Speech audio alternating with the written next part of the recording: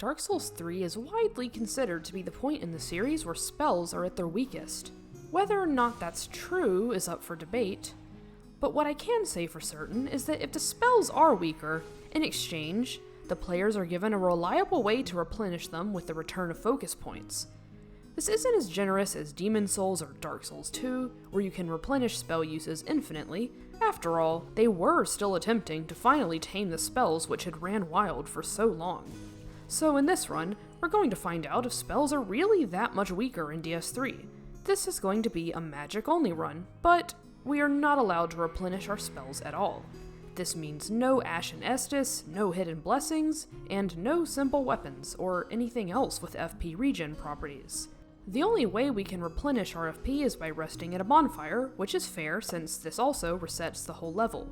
For the most part, there will be no stat limit. I can level every stat as much as I want, except for attunement. Obviously, if I were to max out attunement for a giant FP bar, that would defeat the purpose of the challenge. So while I may max out intelligence and faith if I wish, I am only allowed to level attunement to where FP soft caps at 35, which leaves us with 280 FP to work with. Unlike the Demon Souls version of this challenge, I'm allowing myself to level secondary stats that aren't related to casting this time, such as Vigor and Vitality, because I don't feel the need to inject any extra difficulty in this run like I would with that game. Lastly, I'll let myself use the melee attack of the Catalyst in certain situations, but even then, I'll try not to do this too often. I mainly use this for gimmick bosses with scripted damage when I get fed up with my spells missing. I'm looking at a certain tree with this one. We'll be picking a Pyromancer this time. I think the Sorcerer has better starting spells, but I like the stat spread of the Pyromancer better, and besides, we'll get Soul Arrow pretty soon anyway, so we're not missing out too much. The only problem with picking the Pyromancer is that even on the first boss, if you miss even one of your fireballs, you have to start the whole thing over. I bet the Sorcerer wouldn't have had this problem, but you know what? I'm okay with the extra challenge. It adds some risk to a fight that poses no threat to my life otherwise.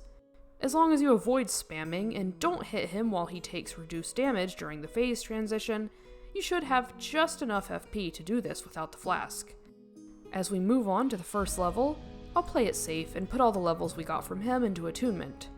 Unlike Demon Souls, a lot of the enemies we encounter even in the earliest parts of the game are going to take a few casts each to kill. This means we're going to be running out of FP a lot in the middle of a level, so just like last time, we need to pick our fights carefully and only engage when absolutely necessary. Unfortunately, the levels of all the Dark Souls games are designed to punish players who try to rush through them, so if we're going to get past the enemies, we need to have a plan first. My current amount of FP allows me to clear out a single room of enemies at most, which means I have to clear the high wall one section at a time. Since my first objective is to get to the room with the cell key and the Estus shard, I have to focus on clearing out just the group of enemies guarding those items. We can take advantage of the many explosive barrels in the room to save our FP and take out several enemies at once. It might take a few more trips to the bonfire to get all the items, but it ultimately makes the level much easier. I went to go turn in my shard to Andre, and then I realized that I'm an idiot because in order to reinforce your flasks, you still have to pick the ashen flask up, so I'll have to take care of that first before I can clear the rest of the high wall. Vort himself shouldn't be a problem, since he has a similar health pool to Gundyr, however, he is slightly less weak to fire despite his bestial nature. Up until phase 2, it's pretty easy to steadily apply damage before he even gets the chance to attack. Once phase 2 starts, however, good luck trying to be that greedy again. I learned through consecutive attempts that this is yet another fight where you have to land every shot. As you can see, I missed one, and now I have to start the whole thing over again. Hopefully this will finally teach me to stop spamming. Of course, if I'm really desperate, I could always farm some enemies for a few extra levels, but at this point, enemies hardly drop any souls, so it's better to just fight the boss and get those extra levels as a reward for my perseverance. There's lots to do now that the most linear portion of the game is over with. The next few areas are a hotspot for NPC trainers of all sorts. There's at least 3 in the settlement alone.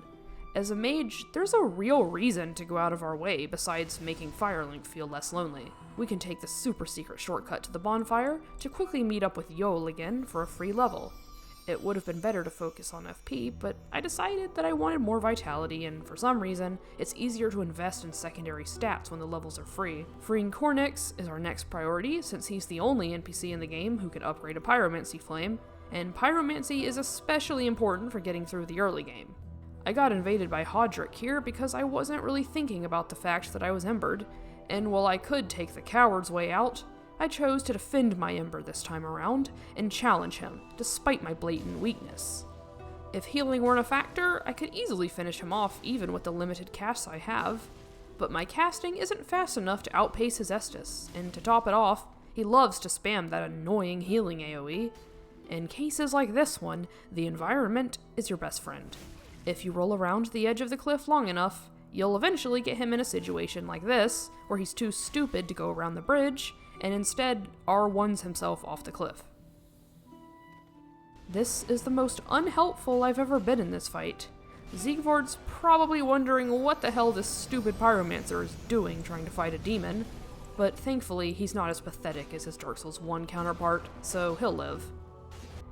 I'm also going to pick up Flynn's Ring on my way out because it does apply to spells that do physical damage, and anything that increases damage is crucial in a run like this. I'm going to use all the souls I've gotten to upgrade my Pyromancy Flame as much as I can, plus I can afford Great Combustion as well as any other spells I might want from Cornyx. For my final trial in the Undead Settlement, I must brave through the horrible beasts of the sewers to rescue my fair miracle trainer who's been imprisoned deeper within. After the journey, we still have some souls that can be used to get vitality to 10. Before we fight another boss, it's necessary to clear out the other area currently open to us, which is the Road of Sacrifices. Many of the early components of our build are going to be found here, not to mention our best and only magic sorcery trainer. We could really use some of the spells he offers. My starting fireball is good, but it can't do the trick for everything. We still need to cover all of our basic options. For example, we still need an AoE option, a close range option, you get the picture. Plus, if we're going to be casting any sorceries at all, we'll need a staff first. And the Heretic Staff is a great early game option. Once we've gotten everything, we'll return to the shrine to prepare our new setup, but not before taking Orbeck with us. Also, you can see that it's not always a waste to pick up everything, even things you'll never use, because while they may not sell for much individually, the sheer amount of things you'll have to sell will be enough for a couple thousand spare souls. And with those souls, we can start buying from Orbeck immediately. I'll be getting every variant of Soul Arrow I can afford. Not only are they FP efficient, but their versatility makes them a must for level progression, even at the end of the game. I figure just a little extra health won't hurt, and if you're wondering why I'm doing it one by one and not all at once by jumping off a cliff till I'm hollow, it really just depends on my mood. Right now our sorcery is still pretty weak, plus a lot of the enemies in the first few areas seem to be weaker to fire. This giant crab was giving me a hard time since I had just used my whole FP bar on another crab. We spent the next couple of minutes playing peekaboo together behind this tree. I have to keep it occupied, otherwise it'll burrow into the ground and get its health back. Thankfully, its most dangerous attacks are also very punishable. That is, if you can manage to reach it with the pitiful range of your fist. Now we can collect the Pyromancy Tome without any obstacles. We can use it to buy a superior version of Fireball. While I'm here, I also take the time to buy up some more of Orbeck's stock. Farron Flash Sword is a very useful spell to have for when you need to retaliate quickly, and since you can chain cast it, the DPS can be amazing for how little it costs to use it, which is exactly the kind of thing you need to beat a run like this. So I'll keep this one in mind if I make it to any roadblocks. But I think we've done enough preparation for now. Why not put our spells to the test and try out another boss? Great Combustion, while very strong, is also very expensive. And as much as I'd like to try my cheaper sorcery options, Crystal Sage is fairly resistant to magic, so that probably wouldn't be a good call here. After getting through Phase 1 and seeing how much FP that alone cost me, it became crystal clear that this isn't doable with my current setup, unless I plan on farming for some extra levels. Every other combination of spells I tried wasn't enough either. I even tried Fire Surge as if I were expecting Demon Souls levels of damage, and then I just gave up and went to Farron Keep instead. As I was going through this place, I started to realize how much harder it's going to be to clear out the enemies from this point forward. At the very least, we can turn in the Dream Chaser's ashes for Titanite shards to level all of our catalysts to +3. But scaling is weird in this game, so we may not see much of a difference yet. I thought maybe I could try Boulder Heave since it does physical damage, so I went to challenge the Stray Demon so we could get its soul. This one is very doable, I just haven't invested in health, so I have to stop getting hit. That's pretty much what I'm going to be saying for the whole video. In other news, we finally started to shrivel up, which means we can cash in on those last few free levels once we're done with this. I made a bad decision using FP for the staff's skill, since I proceeded to get hit by everything, so we're gonna have to do this the old-fashioned way and smack that booty. And once again, I'm an idiot, because I forgot that I need to kill the cursed rotted Greatwood before I can transpose Boulder Heave from its soul. It won't make a huge difference, but by increasing my vigor to 15, I'll at least be able to say that I leveled my health. I might as well take my puny pyromancy and go fight that stupid tree. It'll have to be done sooner or later. I wasn't very happy about this at all, since I had already done it and suffered in another video. This is the third consecutive video where I have to use free-aimed projectiles against this hideous abomination. Clearly, I didn't learn anything from those other times either, cause I was still kinda going all over the place with this. My impatience against this boss is clear with the way I'm throwing out Great Combustion where I really shouldn't be, and throwing precious FP down the drain. I'm fully prepared to use my catalyst for this. The damage it does is decent since this boss has an extreme fire weakness, but on the other hand, there's me, who has extreme weakness in general. I haven't even gotten my Pyromancy Flame to +3 yet, so there's still some hope. Well, so much for that. This resulted in what? 4 extra damage per cast? I don't do this often, but since I really want to get this one done, I use Poison Mist to help out with the first phase. Poison isn't banned outright, I just prefer not to use it unless I really have to.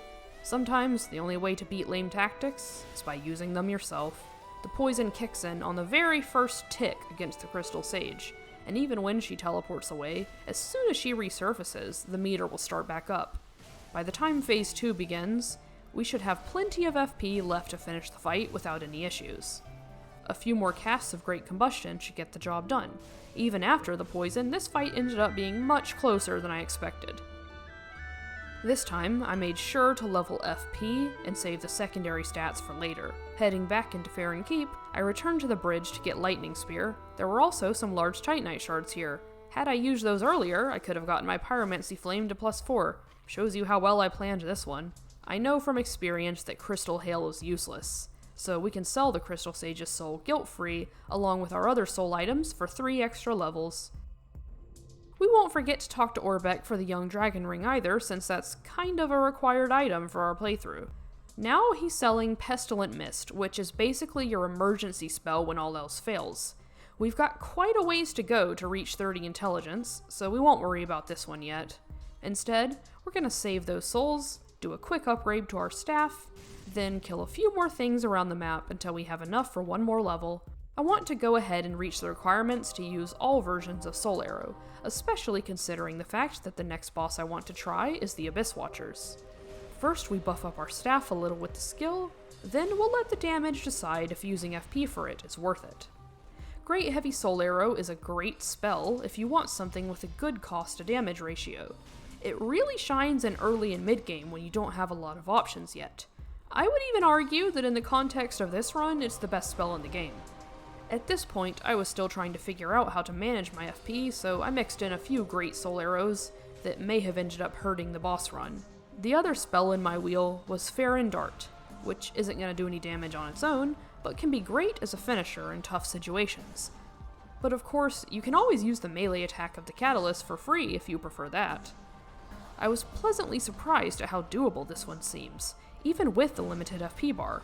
Phase 1 was hardly even a problem. Phase 2 is where it starts getting a little tricky. In this phase, the boss is a lot jumpier and will more frequently try to dodge your attacks than they do in Phase 1. This means you have to respond accordingly and be less spammy and more precise. Despite the fact that a lot of projectiles will be dodged in this phase, I still wouldn't recommend trying to get right up in their face to cast. This makes the slower heavy soul arrows a lot riskier to use. even though they do a lot more damage and hardly cost more than Great Soul Arrow, in the long run, I'll inevitably miss so many casts that it ends up doing less damage overall. I think it's time we accept our weakness and come back to this when we've gotten more FP to waste. I'm gonna do the tree skip for the covetous silver ring so our farming is more efficient. I love you, Granny, but 20,000 for this is a scam and you know it. After getting some more FP, I guess it's back to my mandatory beating from a tree. Am I crazy, or could you one-tap Fire Surge in the other games? What's the point of using this if it doesn't save any FP? It feels like the whole game is out to get me with every small detail like this. I can't take it anymore. Hasn't this tree tormented me enough with the other times I had to free aim on this? From here on out, I need to be fighting more like a dignified sorcerer, not some mad hollow picking fights with the local plant life. We definitely need a change of scenery, so we'll do some things in the cathedral before trying Abyss Watchers again. Also, it seems Yol decided to kick the bucket a little early this time. The timing of his death tends to change in every playthrough. Luckily, that's not a problem for us since Uriah inherits his stock and he's outlived his usefulness anyway.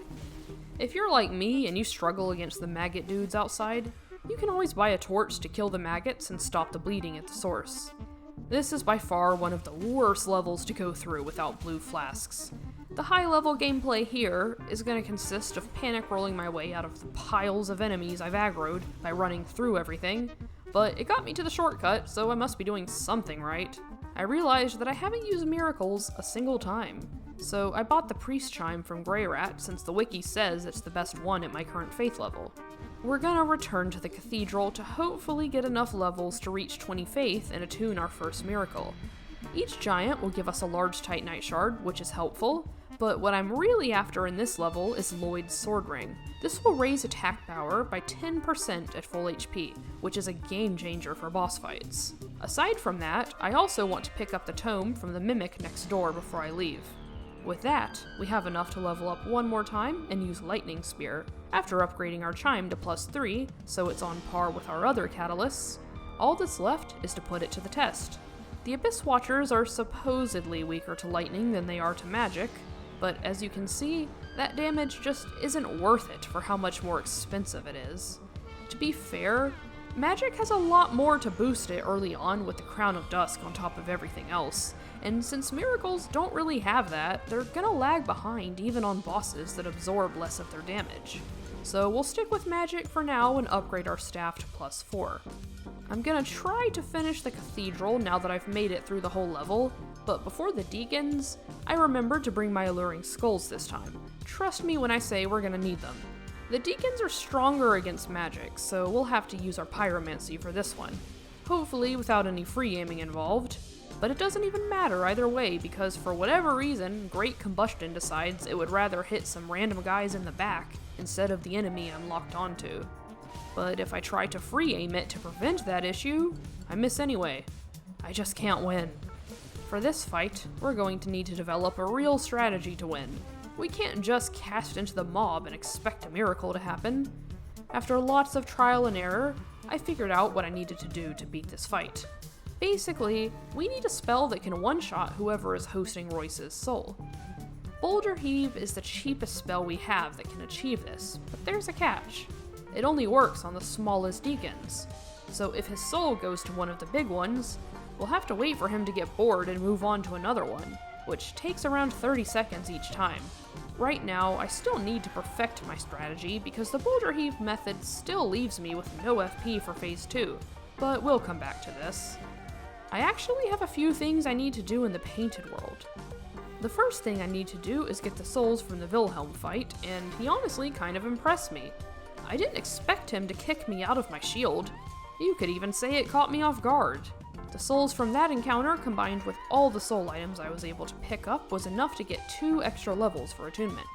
There's also a good early spot here for farming not just souls, but large Titanite shards. This Bird Knight is almost guaranteed to drop them, so we have an infinite supply even before Anor Londo. I farmed just until I had enough souls to buy Deep Protection and Gnaw off Irina before she leaves. As long as you buy everything you need in one sitting, you won't be locked out of anything. I still had a little extra to spend, so I upgraded my chime one more time and spent the rest on some more sorcery from Orbeck. The plan was to use the bleed from Gnaw to save FP against the Abyss Watchers. And what a terrible idea that was. Probably my worst one yet. I had forgotten just how resistant these guys were to bleed. The wiki will just tell you that they are susceptible to bleed. That could mean anything. Depending on the exact number, it could take anywhere from 1 to 10 casts to trigger it. Deep Protection ended up not being that useful either. In any other run, stacking buffs like this is huge for a sorcery build. But in this run, more often than not, using these buffs is only a waste, since whatever extra damage you get is cancelled out by their FP cost. I feel like my early attempts versus the Dancer demonstrate this concept well. On the first attempt, I used the buff, and while I still did pretty well, and got her to a little under half of her health, look at this other attempt where I didn't use the buff at all. I ended up doing more damage just by having a few extra casts. Sometimes, damage isn't everything. It's all about FP management and using your options efficiently. After this, I actually went back to my farming so I could upgrade my Pyromancy Flame to +4 as well. I figured it wouldn't hurt since the Deacons have been giving me so much trouble. While I could do it before, I most certainly can beat the Abyss Watchers now. This excess FP only means I don't have to restart after every mistake. When I was trying all that fancy stuff out, I managed to forget the most obvious and simple strategy, which is to go all out in Phase 1 when they don't dodge, and exclusively use the weaker fast option on Phase 2 to minimize missed shots. I really should have been using Lloyd's Sword Ring the moment I cleared the way to the cathedral. 10% makes a huge difference here. I also learned something new. I said casting up close wasn't a good idea, but I take it back. There are certain attacks where you have to stay close to get a good opening, but always make sure the combo is over before you make your move. I could have finished this at any moment by hitting them with the Catalyst, but unlike some of those other bosses, I actually have respect for the Abyss Watchers. I think these guys deserve that much after giving me such a good fight. On the topic of respect, I respect the Deacons as much as they respect me. I honestly just wanted to get this one out of the way so badly, so I put those alluring skulls to use and wailed on the Archdeacon as much as I could while his minions were distracted. I somehow ended up using every skull I had on this one attempt just to be sure my spells weren't being wasted on the other Deacons. I managed to get really good positioning for Boulder Heave with a conveniently clear path straight to the Archdeacon himself. That is, until the enchantment wore off and the others started healing him. That has got to be the most frustrating thing a boss can do in this run. I was so close. I practically had this one, yet they healed him just enough for him to survive my last cast. Just to be sure something like that never happens again, I went all the way down to the demon ruins to pick up the witch's ring. Alright, no more sidetracking. I am going to finish this fight right now, and I'm going to do it the proper way. I've been stuck on this for so long that my desire to get it done outweighs the emotional damage they've inflicted on me. I only have one more skull, so I can't let its sacrifice be in vain. He even got healed again, and quite a bit for that matter, but that wasn't enough to stop me. I wasn't ready to give up until my FP bar actually ran out. There was still plenty of time to turn things around. After being relentlessly thrown around by waves of attacks, one after another, there was a brief calm moment.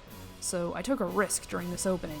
I ran straight up to the Archdeacon to challenge him directly with Great Combustion, and it worked, but barely. The Deacon sent him off with a bang, a fitting conclusion to what was perhaps the most chaotic Deacons of the Deep fight I've ever had. As we always do after a grand fight, we can take a quick break to get a few more levels. Since we've got the materials for it, we may as well use them to make our staff +5. Deep Soul may not seem like much, but it can be really useful in certain situations. Who knows, it may end up saving the whole run. I gave it a test against the old Demon King, but this just wasn't the place for it. And it doesn't help that my staff isn't well suited for dark sorcery. Fortunately, such a staff is not out of reach. In fact, we can find one lying around the king's own home. The The Irithyll staff will take a bit of work to upgrade since it's a twinkling titanite weapon, so magic sorcery is probably our best bet for now. Having range in the demon ruins makes it much easier to clear out these rooms of enemies. If you're quiet enough, you can take them out one at a time and avoid the ambush from the corners. From there, we're free to pick up the pyromancy tome within. There's also an unguarded one on the lower level of tunnels. As always, I can never make it to the end of an area with any FP left, so I'm forced to resort to Pokemon battles. I was really hoping my Black Knight would somehow pull through, or at least knock the NPC off the ledge, but Night Slayer is in his name. All I did was secure his next meal. All I could do was curse and swing my staff from afar as he ran away laughing at my plight. If there's one thing being helpless has done for me, it would be improving my ability to roll reactively in PvE. This is something that takes discipline, as well as some practice with timing. But before you know it, you'll be able to trust your own judgment and react to attack patterns instead of panic rolling through everything. Here, I did a bit of both, but it's all part of the learning process. I came back with a lot of souls, so I finally got around to buying the tower key. I'm not really concerned with which ending I get, but I would like to cure my hollowing since I put a lot of effort into character creation and don't like to see it go to waste. In hindsight, missing out on the Morian blade was not a very smart idea in a run like this. This is what happens when you fail to properly plan out your run. On another note, I can't remember the last time I made this jump on the first try. We've still got a little ways to go before we have enough souls to cure our hollowing, but the souls from the old Demon King should cover the rest, so let's get that one out of the way. I fought him with magic a few times actually, so nothing new here. Using any type of ranged attacks will trivialize this fight, and our damage is also decent, so there wasn't anything special about this. Oh wow, he's still alive after that? Fine, I'll put the old man out of his misery. We're actually slightly short on souls since we need 72,000 for the de-hollowing, but if we take out the conveniently placed mini-boss, we'll have just the right amount. Yes, I can finally look human again. This lighting is not helping to support that statement. Just to be safe, I'm taking out Yuria before she leaves. Apparently Patches sees no financial benefit in helping me out, so I'll just have to use his body as a shield. You've seen too much, Patches, and I can't trust you to keep a secret. Just think of it as doing business. Maybe if you had helped me out, I would have been inclined to spare your life. On second thought, I like getting the Katarina set for free. We'll probably have no choice but to do that quest this time. There's a couple of things I'd like to do before I fight Wolnir. The first one is to make Chaos Bed Vestiges, and the next thing I want to do is farm for a couple of levels so I can get 22 intelligence for Soul Greatsword. I feel like having at least one AoE option will be good against something like Wolnir where you have to do damage in specific places. And if you happen to find yourself in a corner surrounded by a big group of enemies, this is the perfect spell for thinning out the crowd. Zorag had just kinda been chilling in the background during all of this, and I guess he fell off a cliff somewhere because out of nowhere, I suddenly got the notification that he was defeated, so that takes care of another problem. Soul Greatsword didn't perform as well as I'd hoped. I'm not saying it doesn't work. It does well at hitting his bracelets. It's just that it takes a lot more hits than I thought it would, and at 23 FP per cast, it's not exactly an efficient option either. The hurt box of the bracelets is surprisingly forgiving, and I didn't really have a problem hitting them with soul arrows. The only problem I seemed to have was huffing in the fumes a little too long. Once you get the hang of it, this fight is still pretty easy to do with free-aimed magic. Let's have a little fun with Chaos Bed Vestiges. I don't get to use this one very often because of how expensive it is, but as you can see, it has devastating power with a full ring setup. And now, we've reached the sad moment in the run where our FP bar will no longer grow. That's right, we've reached 35 attunement, the softcap, which means it's time to focus on some other stats. I've been neglecting endurance, but it's really important to have stamina as a caster, so I'll try to invest in that a little more. The Irithyll staff really lets Deep Soul show its true potential. It's ridiculously cheap, and does amazing damage against most regular enemies. Since we've established Chaos Bed Vestiges as the dedicated mini-boss destroyer, I'll use it to take out the Evangelist guarding Doris's gnawing, if she can even be considered a mini-boss. Ever since I bought the torch, I've been waiting for this one random dark room to use it in. The infamous dog choke point is the last threat we have to clear before Sullivan. I somehow survived that, despite losing my ember to the Creighton invasion of all things. Perhaps my pained cries have finally reached Gwyn's ears. But we can't rely on miracles, which is why the first stat I'm raising to 25 is intelligence, not faith. I'd like to pick up the rings from this room before I challenge Sullivan. There's the Ring of the Sun's Firstborn for miracles, and the Magic Clutch Ring for sorcery.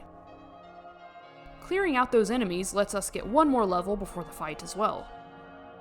Pontiff Sullivan is a boss where I feel like we might be able to get away with using Chaos Bed Vestiges. His health and fire absorption aren't anything crazy, so the only thing to worry about here is how much damage he does, especially considering that we have the Fire Clutch Ring on. I made the mistake of approaching him to cast, which is completely unnecessary. Let him come to you, and he'll be staggered before he ever reaches you, meaning if you're better than me, you can potentially do this without even getting hit. Well, that was easier than expected, and we can get 3 whole levels for 40 seconds of fighting. Because I did Siegvard's quest, he was in the right place at the right time to save Grey Rat from the centipedes, which means we can get our humble little candlestick without having to grind. If you hold it in your offhand, you'll get a small damage boost to all types of sorcery. In case you were wondering, yes, I am still mad about the Dark Souls 2 equipment video. At least now I can justify the expense of the torch. So many enemies, so little FP. I've actually got quite a few things to get here. You can use the Jailbreaker's key to open the well-hidden window that leads to the Bellowing Drakencrest ring. I think we're just about done with collecting spell-boosting rings. We do still have the Dark Clutch ring to get here, but I was out of FP the first time I got to it, so we'll have to backtrack later.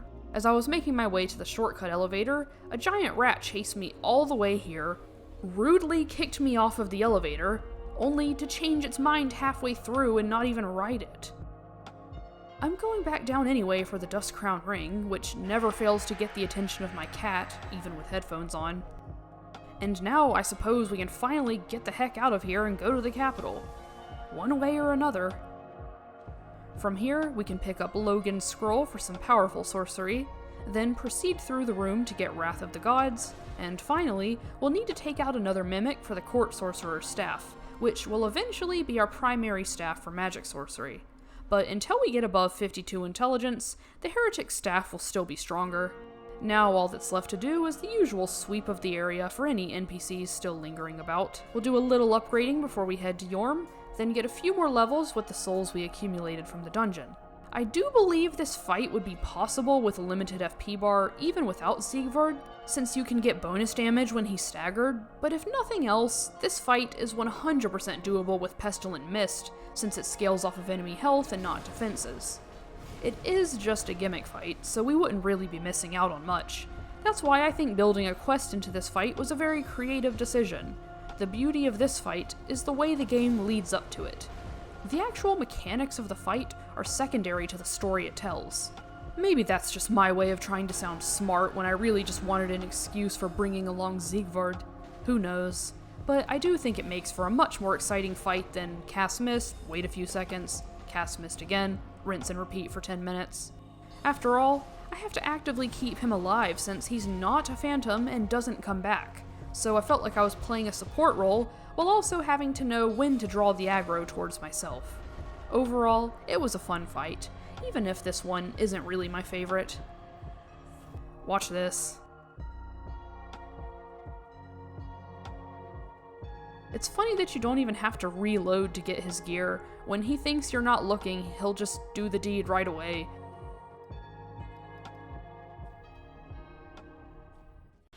Before I fight my own version, I figure it won't hurt to do a test run and help out Henri with his Aldrich fight. Aldrich is another boss that's really weak to fire, so Chaos Bed Vestiges might work here as well. I think that may be a bit of an understatement. After helping Henri and claiming a few levels, I was able to beat my own Aldrich in a matter of seconds after just 5 casts.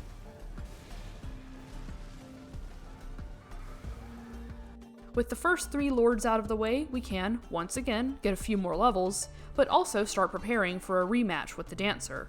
This time, I'm gonna hit her where it really hurts and use Black Fire Orb since she's weak to dark. Black Fire Orb isn't the cheapest spell, but as long as the damage it does to her outpaces the damage to our FP bar, the cost won't be a problem. The damage was so good that this strat basically guarantees an instant phase 2. If you're fast enough, the only attack you'll have to dodge is the prolonged dance she does after the phase transition. I find it amusing how much harder the early portion of the game was. Even though the bosses there are easier, the tools you have to deal with them makes all the difference. Even bosses like Aldrich, who can be annoying for me on melee builds, were melted in the blink of an eye with my caster setup. Hopefully we'll be able to keep the streak going. There are still a few more bosses in Lothric Castle that we need to take out. The first one I'll be challenging is Oceiros, and while you don't typically choose fire against dragons, well, he's hardly a dragon, so I'm gonna try with pyromancy first. Chaos Bed Vestiges hasn't let me down yet. The problem is, Oceiros is much tankier than anything else we've faced so far, not counting Yorm. Let's just say 35 FP a cast and 8000 HP don't mix. Although it's failed me every time I try to use it, let's give lightning another try since he's weak to it. Why?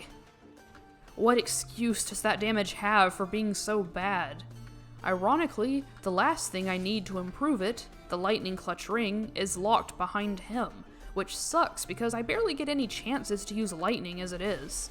My best bet is to proceed through the main portion of the castle for Titanite chunks, so I can focus on upgrading my catalysts.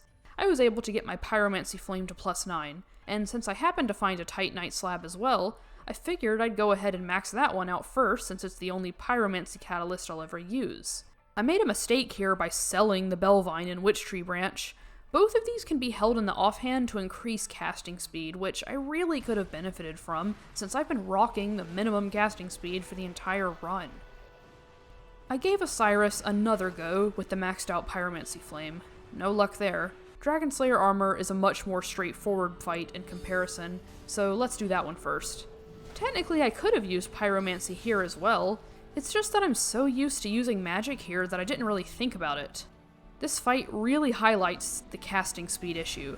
You can tell that I'm struggling to adjust to his pace with Great Heavy Soul Arrow. I'll admit, there are a lot of times where casting speed is less important than you'd think. Just look at how far I've gotten without even touching dexterity. But once you start entering late game territory, if you've been neglecting it, it's gonna come back to bite you. Aside from that quality of life issue, everything else about the fight was fine. I'm pretty sure I actually am doing more damage with Great Heavy Soul Arrow than I was with Soul Spear in the Material Challenge video. It all came full circle when I had to swap to Great Soul Arrow to end it, exactly like I did last time. But notice how much more FP I have than I did using Soul Spear, and for roughly the same amount of damage. I'm starting to think these so-called upgrades are a scam. For now, we're going to head back into the castle to get some of the items we missed, such as RTSR and Kaitha's Chime for our Dark Miracles. Securing the last scroll is made easy with Chaos Bed Vestiges, so now we have a magic alternative for killing mini-bosses. This leaves just one more thing I gotta do before we revisit the Senile Dragon. As much as it likely won't be worth it, I'm gonna farm 30 Sunlight Medals to max out the Sunlight Covenant for Great Lightning Spear. Well, technically 29 since we get a freebie. This ended up taking 4 hours. Rest assured, if I ever decide to farm Covenant items again for any reason, I'm spawning them in. I don't know what I was thinking by not doing that this time around. It's not like I don't know any better after the infamous ear farm, but oh well, at least I had some music to listen to. Plus, this wasn't pointless after all. Doing this gave me enough souls to get intelligence to the softcap, with faith only 5 points behind. Obviously, that's not going to make us overpowered or anything, but there are certain catalysts that don't reach their true potential until around the softcap. Once again, scaling is just weird in this game. One of those catalysts is the Court Sorcerer's Staff, so now it's finally going to outclass our Heretic Staff in damage. As much as I don't want to kill Yorshka, the game leaves you no other choice unless you don't want the strongest chime in the game. Her chime starts to outclass all the others for lightning damage once you get to 50 faith. Unfortunately, it does less damage than the Pyromancy when cast from afar, even with RTSR applied, and while I could try it for melee range, I just don't think it's worth the extra effort. That's because there's a far cheaper option that doesn't require melee range to do devastating damage: the Bleed Flies. I almost forgot about them with how disastrous that Abyss Watcher's attempt was, but in the right situation, this spell is a lifesaver. After all that trouble I went through for the lightning, it turns out I had the means to do this from the very beginning. No more jumping through the hoops and cycling through 5 different spells to maximize the damage per focus point. With Doris's gnawing, you don't even have to worry about maximizing the damage. You can throw on the Dust Crown Ring and go crazy. This is the only fight where I'd be alarmed if one of my attacks didn't phase through his body. With one big target out of our hair, we're gonna take a little break to go to the Painted World and collect the secret Titanite slab. After you kill this specific enemy in the depths of the painting, if you turn around, a ladder will have appeared nearby. Climb up the comically long ladder, and you'll reach a second, slightly shorter but still comically long ladder, climb it, and your Titanite slab awaits.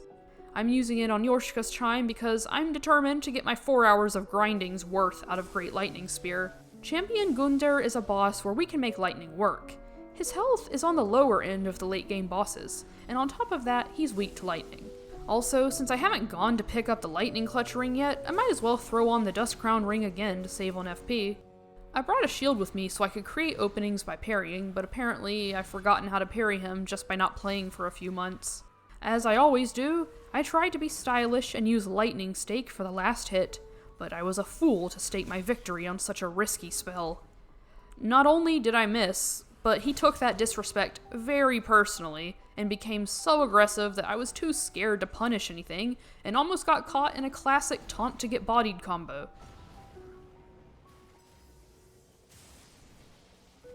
I will make the prisoner's chain this time. It might be nice to have a little extra health for PvE. Before I finish up with Lothric Castle, I'd like to clear out some of Archdragon Peak first. First things first, I need to pick up the Lightning Clutch Ring, which is long overdue. Depending on how the first try goes, I'll decide if I'm gonna use the plunge or fight it like a regular boss. The damage is really not that bad. It's a lot better than I was expecting, but you can't miss the head too often because the legs take reduced damage. The trick to this fight is to get close while it's breathing fire. That way you can get both hitboxes with the lightning. I didn't hit it up close enough, so I had to restart. Since this one's just a gimmick boss, let's do something silly. I'm gonna show you a sneaky little trick with buffing. Normally, it's too expensive to use Sacred Oath and Deep Protection for a boss, but notice how the buffs stay active even after resting at a bonfire. So, if we sprint to the fog gate as quickly as we can, we'll essentially get these buffs for free, albeit only for a few seconds. This is pretty well known information, it's just useless in literally any other playthrough besides this one. Ultimately, it didn't make a difference, because while I got maybe one good hit off with the buff, this was also a better attempt in general where I hit all my shots. It was still very close though, and keep in mind I was sacrificing some damage to use the Dust Crown Ring. The Dragon Chaser's Ashes marks the end of the level for now. Nameless King can wait. Buying upgrade materials is a good way to burn through all these souls that I can't use to level anymore. Earlier, when I was talking about Great Heavy Soul Arrow being the best spell in the run, this is what I meant. Just look at how expensive Crystal Soul Spear is for only around 200 extra damage to these NPCs. In a run where FP consumption matters most of all, there's little incentive to use it over Great Heavy Soul Arrow. After getting the Titanite slab under the lift, we have everything we need from the castle before the Twin Princes. We'll max out our staff quickly, get a single level, then head straight over. For this one, I'm gonna go down the list and start with what Lorien's most weak to, so first up is Lightning. The damage doesn't seem bad, but if it takes this much FP for just phase 1, this isn't gonna work. Just in case, I tested out Boulder Heave with the Flynn's Ring. The idea here was that the AoE would be perfect for hitting them both in the second phase, but I can't do that unless I actually make it to the second phase. For the third and final swap, I switched to, you guessed it, Great Heavy Soul Arrow. I'll let that damage speak for itself. The first phase was done in maybe 10 seconds, and for phase 2, I accidentally triggered the AI freeze. Even from the recording, you can see how hard I had to physically hold myself back from doing the cheese. Instead, I used this opportunity to test out the damage of my pyromancy, which was my initial plan anyways. I just didn't think I would get a chance to hard swap for free. Of course, I even managed to screw that up. I moved slightly and alerted them, so no free hit for me. The only reason I was worrying about swapping to Pyromancy in the first place is because Phase 2 is a problem for Great Heavy Soul Arrow.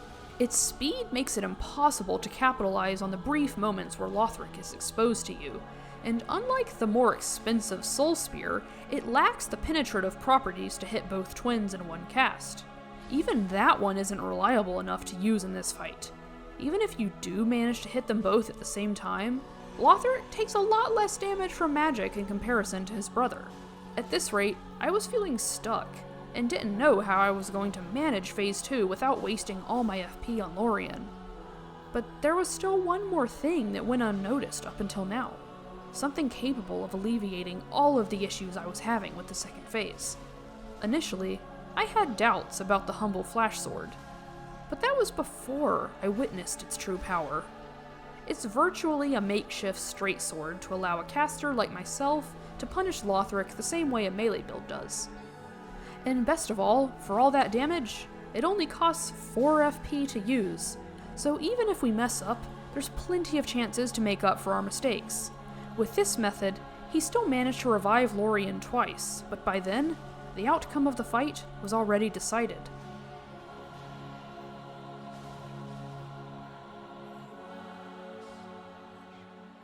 The Nameless King is the last base game boss still standing, other than the final one, of course. And while I plan to use the flash sword on him as well, I am going to upgrade Carthus' Chime again, as it's always better to have the emergency bleed flies on standby if something goes wrong.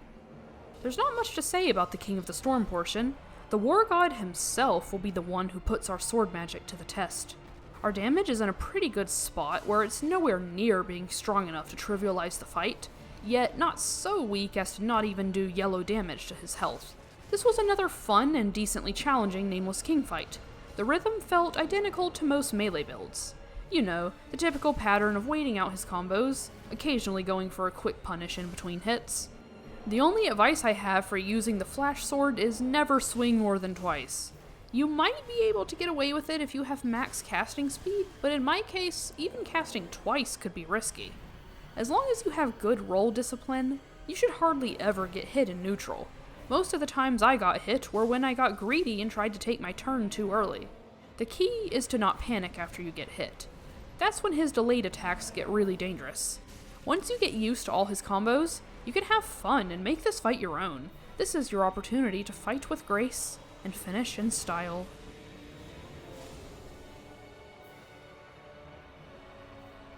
We're on the home stretch now. There's just one more boss to go before we head into the DLC.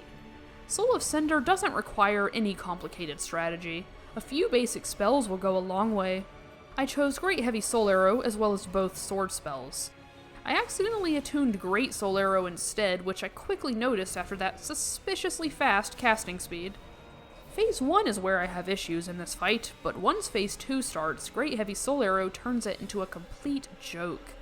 Once again, this spell's damage is on par with Soul Spear for only a fraction of the FP cost. With an optimized setup, you'll be shredding through bosses before you even have to touch a flask. That'll be all for the base game. It's DLC time. The first boss I'll be trying is Sister Friede. I never expected her to be easy, but I also didn't expect to be stuck on this one as long as I was. Before we talk about that, let's just see how the first attempt went so we can get a vague idea of how this fight's gonna go. I wasn't as concerned about maximizing damage this time around. Like I said, I just wanted to get an idea of what my damage was looking like, as well as how much FP I could expect to need for each phase. Magic isn't going to be as powerful against her, so I tried out Deep Soul to do dark damage instead. The damage might not look like anything special, but for 6 FP a cast, it's amazing. If I hadn't made the decision to transpose this spell, I probably wouldn't have been able to beat her. Before I knew what was still ahead of me, I was confident that I would have this one done within a few attempts. After all, on my first try, I got through the first 2 phases without even taking a hit, aside from some last-minute frostbite. For phase 3, I topped off my health to retain the sword ring buff, assuming this phase would go like the rest. I got humbled instantly by Black Flame Friede, and all that confidence collapsed almost as quickly as it had been built. it became clear that the damage from Deep Soul alone wouldn't be enough to complete all 3 phases. I needed to rethink my approach. Just in case, I grinded out the dregs for Great Deep Soul by farming the Deacons outside of the Aldrich boss room. Naturally, I earned a good amount of souls from that, which I used to get more stamina so I could keep up with Friede's pace. I tried out the Demon Twins just for fun and, yeah, just a quick eyeball of the FP bar will tell you everything you need to know. I returned to Friede and tested out various spells, hoping to find the answer to my problems. I tried Soul Arrows, I tried Way of White Corona, but nothing seemed to be any better at saving FP than Deep Soul was. I even switched to RTSR for the first phase since I know I can do it without getting hit, but just doing that is not enough. The problem is, I've been staying in my comfort zone when there's been a clear solution all along. I'd even done the math to prove it. If I want to beat her, I have to overcome my fear of Phase 3. That's because the safest way to do this with a single FP bar is by staying in RTSR the entire time. I think it is possible to do it with the Sword Ring, but in both cases you can't get hit, so why not use RTSR for more damage? That way you won't have to restart the whole fight if she dodges one of your spells. Now I can't make any more excuses. I need to sit down and learn this fight. Depending on who you are, this could be the easiest fight in the game or the hardest. If you're someone who hasn't memorized all her attacks, like me, you'll have to spend a few days grinding out the fight until you learn Phase 3. But you know my philosophy. I don't care how bad at the game you are. If you practice a fight enough times, you will be able to do it without getting hit. As I always say, these games are about perseverance, not skill. By this point, I've learned all of the times when I can cast in the first phase and not miss. Any attack that isn't a punish, she will most likely dodge, except for very specific cases where she's near a wall. I already mentioned that this fight is doable with spells alone. However, she is much better at dodging in Phase 3, so I chose to use my Catalyst as a finisher to save FP in Phase 1, since she's left with literally 3 HP. That way, if I do get super unlucky and miss a bunch of casts, I don't have to start the whole 10-minute fight over again. The only reason the fight is that long in the first place is because of my Phase 2 strategy that I haven't mentioned up to this point.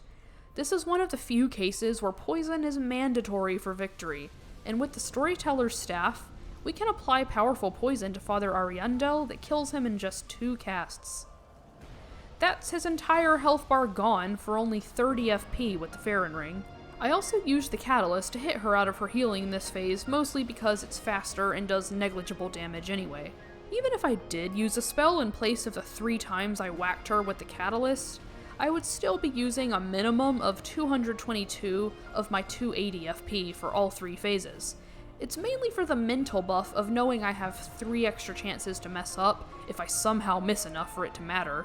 For Phase 3, it turns out that a mage fights her identically to a backstab fisher. Basically, anytime she jumps in the air, at the moment you'd usually backstab her, you cast a spell instead.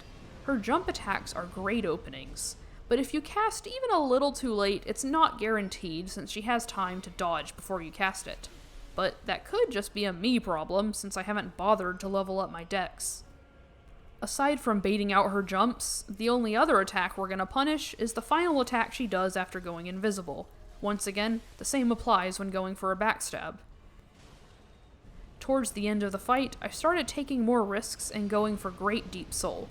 Overall, I don't think it does enough damage to cancel out the extra cost, but it is a bigger projectile, so it'll be difficult for her to dodge it. Since she wasn't doing anything, and I had plenty of FP left, I fired Great Deep Soul one last time for the win. After days of attempts, I'm finally free, but I can't celebrate yet. We've still got a whole roster of DLC bosses waiting to be challenged. And as much as I'd love to say I beat Sister Friede hitless, technically I didn't. I got tickled by the frost, which sadly counts as a hit. If you look at my stats on the right, you can see that I now have 50 dex for the highest possible casting speed. Since this will be the last time I have to grind in this run, I knew I had to get it done for my own sanity. As a quick side note, I won't be showing any weapon upgrades at this point, so you can assume that by now all of my catalysts are maxed out. Now then, How are we going to deal with the Demon Prince?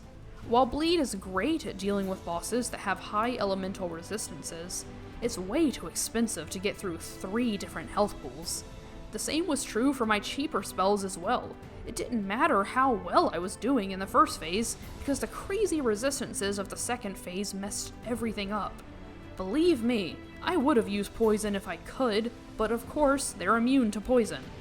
Pestilent Mist was the last thing I had that could potentially get me out of this predicament. I was reluctant to try it at first because of how much this boss moves around, but once I did try it, it ended up being easier than I thought to keep them in the cloud. All you have to do is time each cloud with the point where one of them burns out. Then you'll have some downtime where they'll both be passive enough to stay in one spot. At this point, I had everything I needed to succeed. All I had to do was survive and wait out each cloud. The first phase alone could take upwards of 10 minutes. It was similar to the Friede fight in that sense, so it was easy to get burnt out. No pun intended. What's even worse is that all that work can be nullified in an instant by one bad dodge, but I refused to farm to get more health. To me, this was one of the trials I'd have to face as a mage. This was part of the deal that I made. There is another advantage I get from using Pestilent Mist. Since this spell scales with the enemy's health, not the spell buff stat, I'm free to use any rings I want, including the Flame Stoneplate ring for one-shot prevention. Phase 2 is much faster paced than Phase 1, which works in our favor. We spend more time casting and less time running in circles. With how big he is, it's easy to lure him back into the mist and keep him there for the whole duration. Even catching just the tiniest part of his tail is enough. This fight may seem daunting for a mage, but just remember that Pestilent Mist is your best friend. You'll be pleasantly surprised at how simple this fight becomes.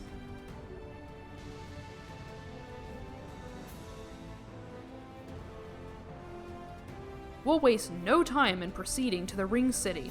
Once we're in the caves, we can kill this invader for a blindfold mask that we honestly don't need anymore. I suppose I can still get some use out of it by using Dark Sorcery against Half-Light. He can't dodge Soul Dregs to save his life, so we should be just fine if we spam those on autopilot for the next 20 seconds. Moving on to the real bosses, the first one up is Madir. For most people, Pestilent Mist is just your run-of-the-mill cheese, but for us, it's the one thing that makes this fight possible. Nothing should change about the way we go about the fight itself. We'll still be staying in front of his head and punishing his combos as usual. It might be tempting to try to go under him to get his whole torso in the cloud, but trust me, not only is this dangerous, it's also unnecessary. In my experience, it really doesn't matter when or where you cast, as long as you do it within the punishment window. He's way too big of a target for it to miss completely. Most likely, if you don't get him within the first few seconds of casting, he'll start a combo and step right into it for you. We also get a nice freebie during his phase transition. And while we don't get the stagger with this method, the fight is straightforward enough that we really don't even need it. One more level? You know what? Let's get 16 Vigor, why not? This is simply a formality at this point since the wolf boss is clearly possible with the amount of FP we have.